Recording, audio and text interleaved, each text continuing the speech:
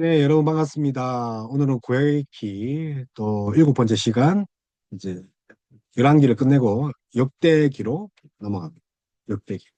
지난 시간에 이제 열왕기 하지 않았습니까? 열왕기. 열왕기. 열왕기는 포로 시기에 지어졌고, 역대기는 포로 시기가 끝나고 이제 돌아온 그 자들을 위해서 쓴 겁니다. 근데 시기가 다른 거죠.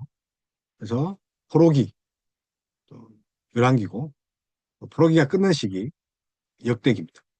그래서 남은 자, 포로로 돌아온 자를 위해서 쓴 겁니다. 그래서 제사장, 레위인들이 쓸 가능성이 높겠죠. 그래서 포로에서 돌아온 그들이 이제 성전을 재건합니다. 성전 중심의 신앙을 회복합니다. 그래서 성전 중심을 생활해야지 회복이 가능하다. 회복을 주신다. 그래서 우리로 치면 예배의 회복, 예배 삶의 회복이죠. 그래서 열왕기는 왜 망했는가? 어떻게 하면 망할 수 있는가? 부정적인 측면이라면 역대기는 어떻게 하면 회복하는, 어떻게 하면 다시 하나님 백성 관계를 이어갈 수 있느냐? 이 긍정적인 측면. 그래서 유다 중심의 기록이죠. 왜냐하면 다윗의 그런 언약을 기초로 그들의 나라가 회복돼야 되기 때문에. 그래서 다윗과 솔로몬의 이상적인 그런 통치들, 또 다윗과 솔로몬의 이상과 영광을 강조했죠. 그러면서 성전과 예배의 기준을 강조합니다. 그래야지 우리가 살 수 있다. 그런 이야기를 합니다. 그래서 그 여러 가지 뭐 있지만 핵심 성경 구절 9장 1절에 보면 이제 온 이스라엘이 그 계보대로 계수되어 그들은 이스라엘 왕조실록에 기록되니라. 유다가 범죄함으로 말미암아 바벨론으로 사로잡혀 갔더니 범죄함으로 말미암아. 그래서 어떻게 하면 해방할 수 있습니까? 하나님께 범죄하지 않는 거죠. 그래서 오늘 역대기를 통해서 성정 중심의 삶을 회복하는 그런 시간 되었으면 좋겠습니다. 그래서 한번 보겠습니다.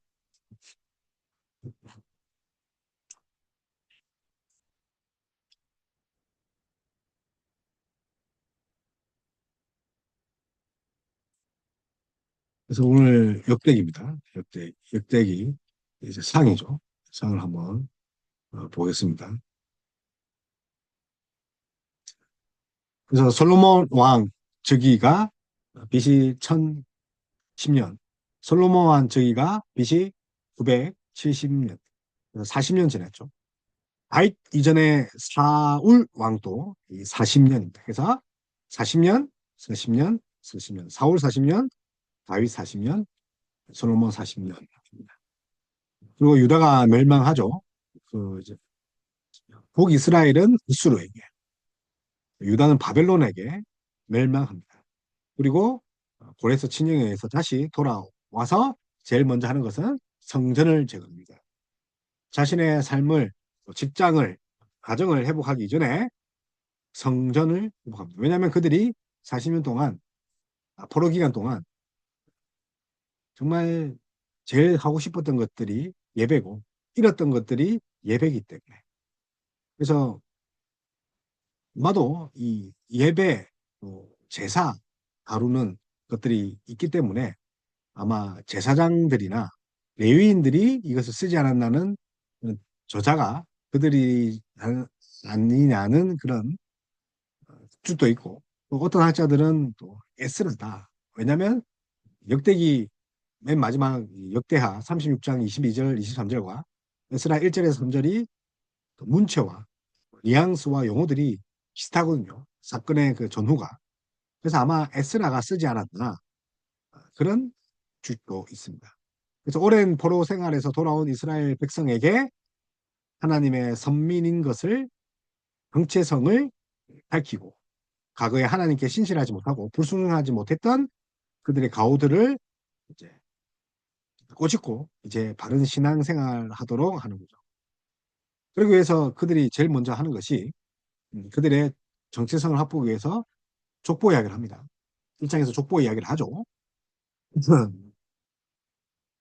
족보 이야기를 하고 그 다음에 족보가 끝나고 나면 10장부터 다윗의 통치 이야기를, 다윗의 죽음, 다윗의 등극, 예루살렘을 점령하고 다윗의 용사들, 영웅들, 법궤가 들어오는 이야기들, 그리고 다윗의 전쟁 이야기와 악한 인구조사 있죠. 인구조사에서 하는 게 벌을 받는 이야기, 그리고 성전을 위한 다윗의 준비들, 그리고 이제 성전 제사를 위해서 24반차로 나누었던 다윗의 계획들, 그런 행정적인 모습들, 그리고 다윗의 관리인들에 대해서 이야기하고 있습니다. 그리고 또 28장에 가면 백성들과 솔로몬에게 그 다윗이 마지막으로 유언과 같은, 유언이죠. 유언과 같은 게 아니라 유언을 남기 훈계를 하죠. 그리고 솔로몬은 등극과 다윗의 죽음이 29장 마지막으로 해서 역대상이 끝납니다. 그럼 역대상이 끝나면 이제 누구의 시대입니까? 솔로몬이죠. 그 역대하는 솔로몬입니다. 솔로몬의 이상적 통치죠. 성전 건축을 준비하는 그런 아버지의 그런 준비를 이어서 성전을 건축하고, 그럼에도 불구하고 어떻게 됩니까? 범죄에서 분열로 이루어지 나아가는 거죠. 그래서 이제 제일 먼저 역대기는 그들의 정체감을 세울 수 있는 족보 이야기를 합니다. 족보 이야기. 그래서 역대기를 기록하는 그 이상의 목적을 강조하는 방향으로 정체성, 그리고 족보다. 그래서 다윗과 유다 왕국의 통치만을 그럽니다. 열왕기는요, 남북 왕국 왕들의 통치를 다루는 방면에 역대기는 다윗과 유다 왕국의 통치만 다룬다. 특별히 다윗과 솔로몬 시대의 이상과 영광을 강조하죠. 그래서 역대기가 강조하는 것은 하나님 나라는 하나님을 예배하는 것을 중심으로 이루어진 나라다. 성전의 회복, 하나님께 예배하는 것, 하나님께 나아가는 것이 하나님 나라의 중심이다. 그래서 다윗의 다른 업적보다 성전 건축 준비 과정에 상세히 서술을 합니다. 그리고 그 준비를 바톨 이어서 솔로몬이 성전을 건축하는 것을 매우 강조합니다. 그러면서 이제 성전과 예배를 소홀히 한 다윗 왕들의 불순종과 우상 숭배로 인해 백성들을 제약에 빠뜨린 그 결과로 결국은 포로로 잡혀갔다. 9장 1절 이야기죠. 그래서 역대기는 성전 예배가 상징하는 하나님에 대한 순종, 그 순종은 복이고 구원이다. 그리고 예배 드리지 않고 또 하나님을 배반하면 서로 저주와 멸망, 그런 이야기가 쭉 적혀져 있습니다. 그래서 족보 이야기를 하는데 이스라엘의 모든 역사를 통해 설교를 하는 거죠. 이스라엘의 뿌리, 현재 이스라엘이 과거의 언약 공동체다. 다윗의 언약 공동체를 이어받은 거다.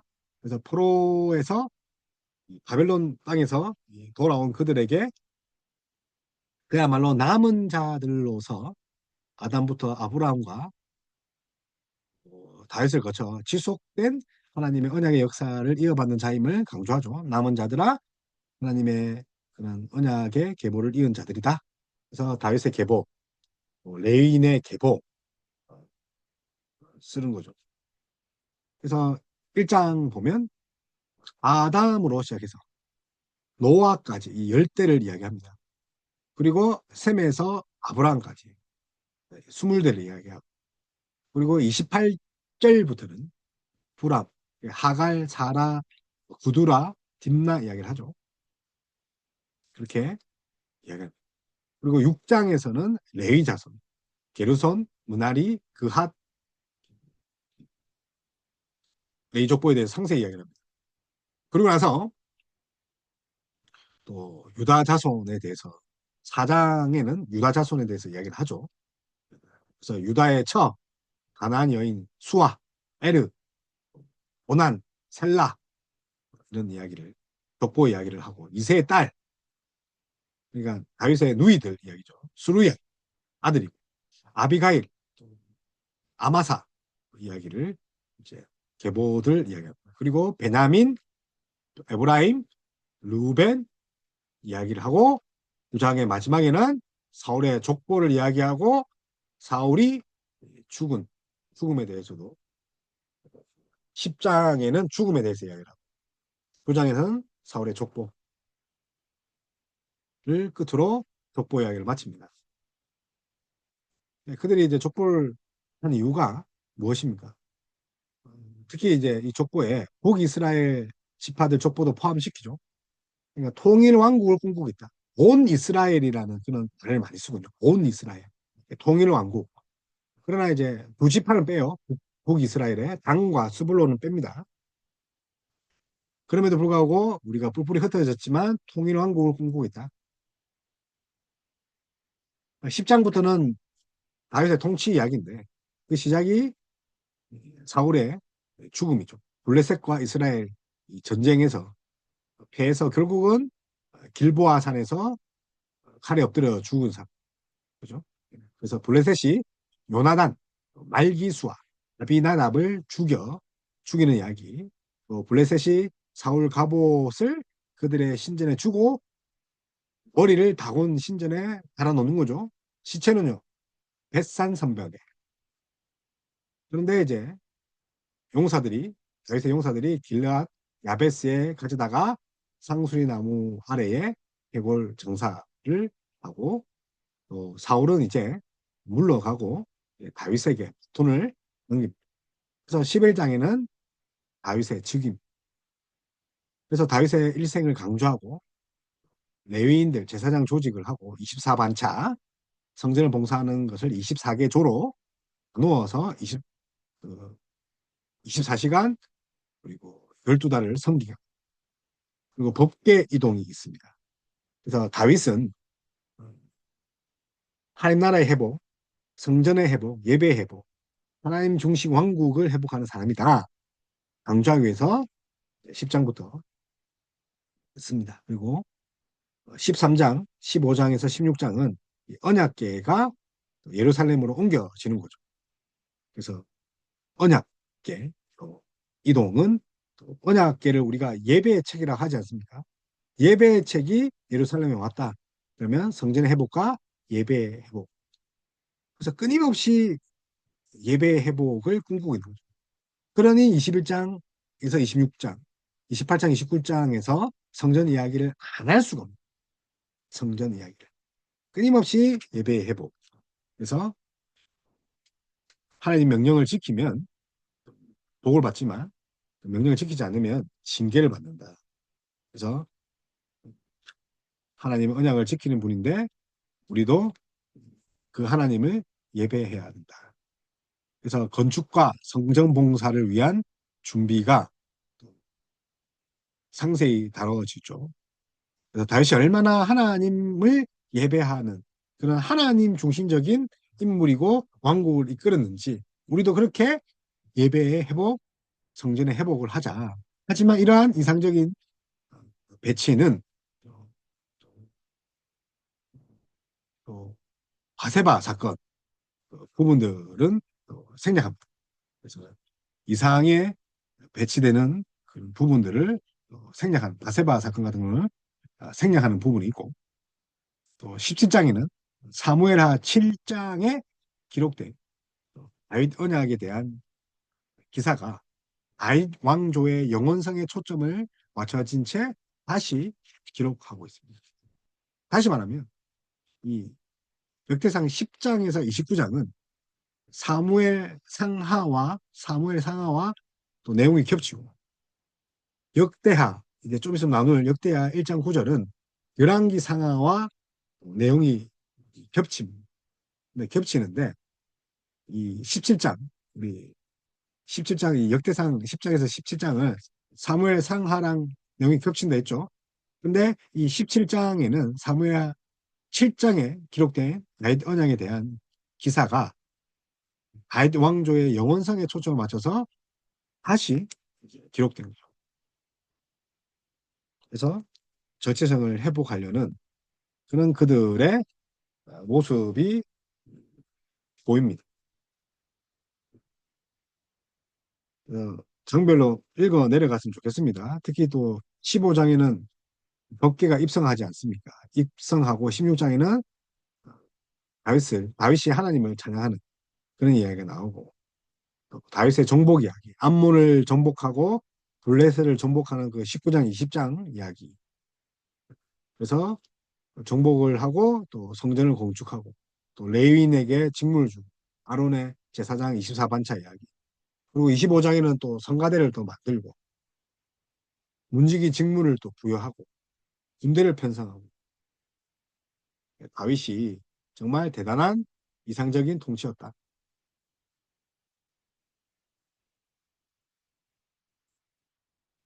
그래서 이제 역대기 상은 다윗의 통치를 이상적으로 표현했죠.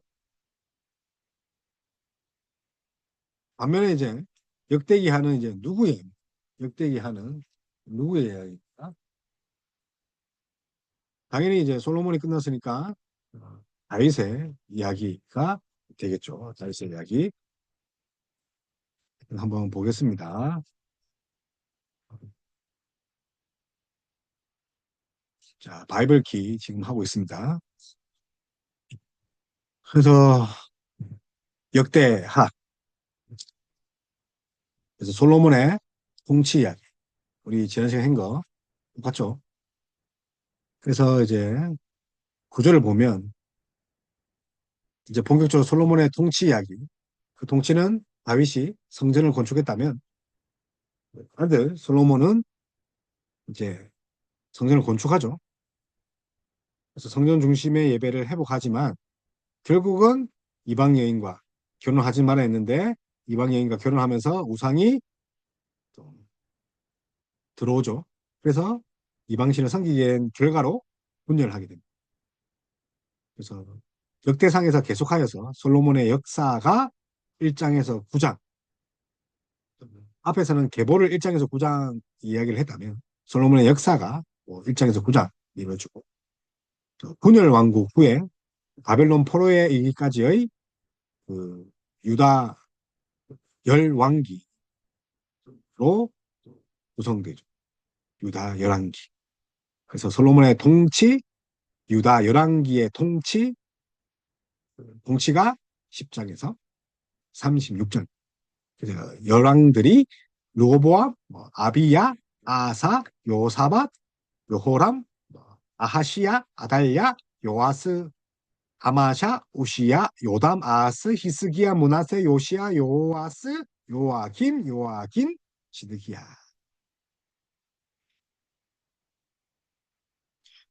그래서 이제 솔로몬의 통치죠. 솔로몬의 통치. 그래서 열왕기처럼 제가 뭐 하는 열왕기 상하와 같다 있고 상은 사무엘 상하와 같다 있고 하는 열왕기와 같다고 했죠. 그래서 열왕기처럼 솔로몬의 지혜가 1장에 있고 통치와 영화가 8장에서 9장 그리고 가운데는 역시 성전을 건축, 성전 중심. 그래서 예루살렘 성전 건축과 봉헌이 있죠. 그래서 역대기 기자가 성전의 자리가 여호와께서 다윗에게 나타나셔서 다윗과 그의 백성을 용서하신 곳, 그곳이 성전이다. 그래서 여부수 사람 오르난의 타작마당인 것을 강조합니다. 예루살렘 성 오르난의 타작마당. 또한 그곳이 모리아산에 위치하고 있다는 사실도 강조합니다. 모리아산. 그래서 아브라함이 이삭을 바친 그곳이 어떤 산입니까? 모리아산. 이것을 연결하고 있죠. 그래서 열왕기의 기록과는 좀 달리 성전 건축과 출애굽기의 성막 건축을 긴밀하게 연결시킵니다. 오르난의 타작마당, 모리아, 예루살렘. 그래서 이제 2장 7, 2장에서 7장이 참 중요합니다. 그래서 출애굽기의 성막 건축을 긴밀하게 연결하고 있습니다. 대표적인 예로 보면 이 5장의 언약궤를 옮기는 사건이 있죠. 그리고 6장에는 성전 봉헌식이 있고 솔로몬의 기도가 있죠. 그 기도는 역대기 또 신학의 절정을 보여요. 역대기 신학의 절정을 보여주는 것이 5장.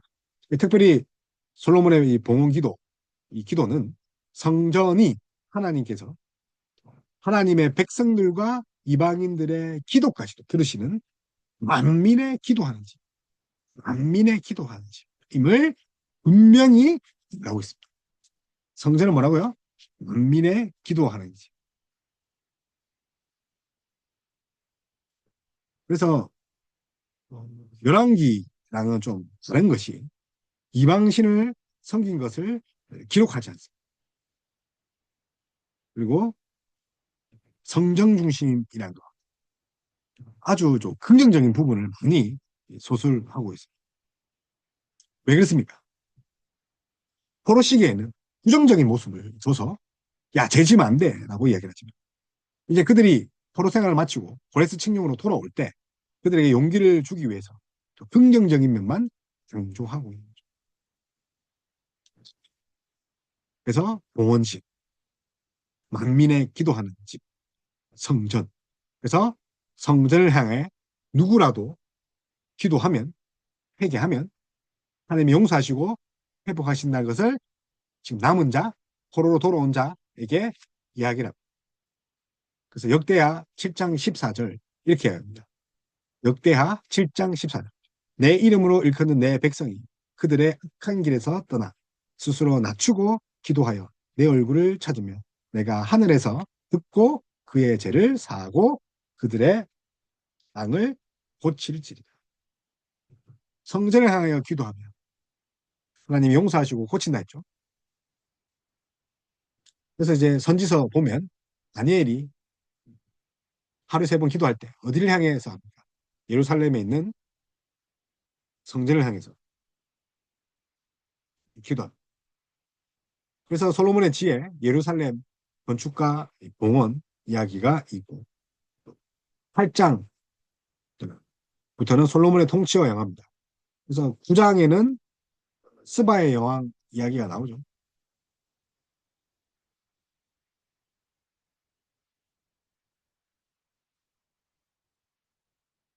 자, 10장에서 36절입니다. 그래서 9장에 스바의 여왕이 나오고 10장부터는 분열 이후에 유다 왕들의 통치입니다. 그래서 왕들이 열왕들이 나오죠. 그래서 예배를 회복한 왕들 아사, 요사박, 요아스 그리고 하나님의 용서를 부각시키는 왕 무보암, 문하세 그리고 하나님을 떠난 자의 심판 아사, 요아스, 아마샤, 우시아 그래서 하나님을 찾고 경배하면 행복하고 복을 받지만 하나님을 버리고 죄를 범하면 재앙을 받는 그게 36장 그래서 17장에는 요사밭의 종교개혁 이야기가 나오고 29장에는 히스기야의 성전 청결 이야기가 나옵니다. 그래서 예배를 회복하는 왕들 아사 또 아사도 있네요. 아사는 종교개혁과 승리에 대해서 아사의 종교개혁과 승리에 대해서 이야기합니다. 그리고 이제 아수르 왕 사네림의 침공이 있죠. 침공이 32장 아수르 그리고 요시아의 성전 수립 그리고 마지막에는 분열되는 유다 왕국의 멸망 그래서 역대하 20장 12절에 역대하 20장 12절 우리 하나님이여 그들을 징벌하지 아니하시나이까 우리를 치러 오는 이 큰 무리를 우리가 대적할 능력이 없고 어떻게 할 줄도 알지 못하고 오직 주만 바라보나이다. 역대하 20장 12절. 그래서 역대하 1장이 솔로몬의 기도로 시작했다면 또 마지막은 하나님께 모든 것을 맡기는 기도로 이제 끝나는 것을 볼 수 있습니다. 그리고 36장 그럼에도 불구하고 하나님께서 고레스 칙령 그 이방의 왕을 통해서 회복시키는 그래서 예레미야의 예언의 성취가 70년 노역 생활을 끝내고 도로 생활을 끝내고 돌아온다는 그 예레미야의 그 예언 성취가 시작됩니다. 이루어졌고 그리고 마침내 그들은 새로운 시작을 하게 됩니다. 그래서 역대하 10장에서 36장 이 마지막은 남유다 왕들에 대한 이야기입니다. 그래서 남유다 20명의 왕을 정리한 이렇게 열왕들을 이제 정리합니다. 그래서 원래 남유다의 20명 왕 중에 10명 열왕을 이렇게 정리하고 이렇게 넘어갑니다.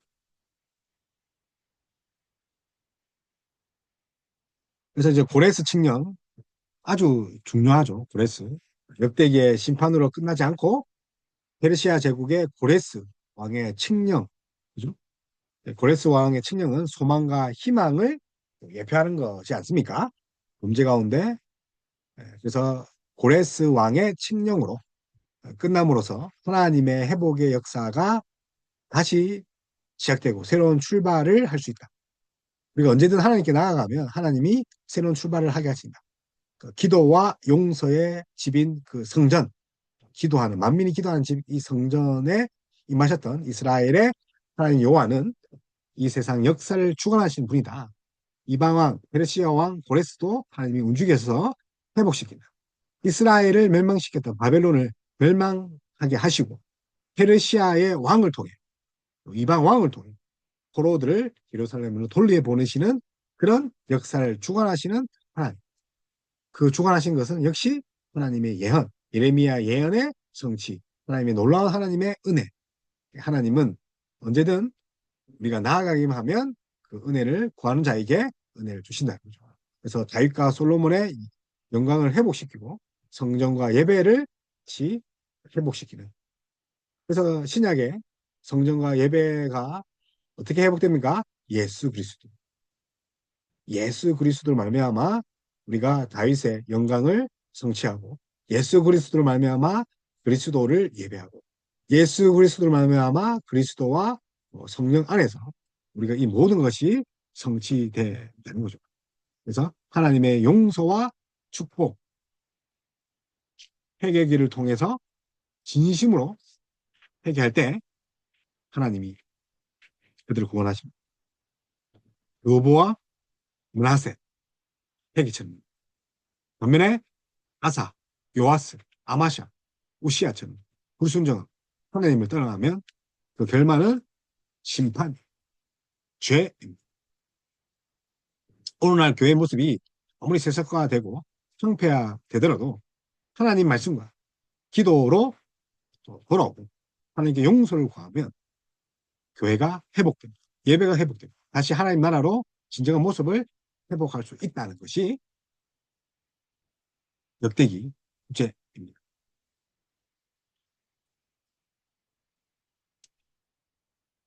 그래서 진정한 회복은 하나님 중심적, 말씀 중심적, 예배 중심적 삶이 이루어질 때 진정한 회복이 있습니다. 그러기 위해서는 진정한 회개가 필요합니다.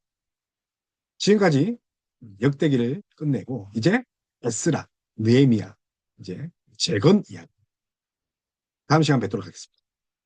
감사합니다.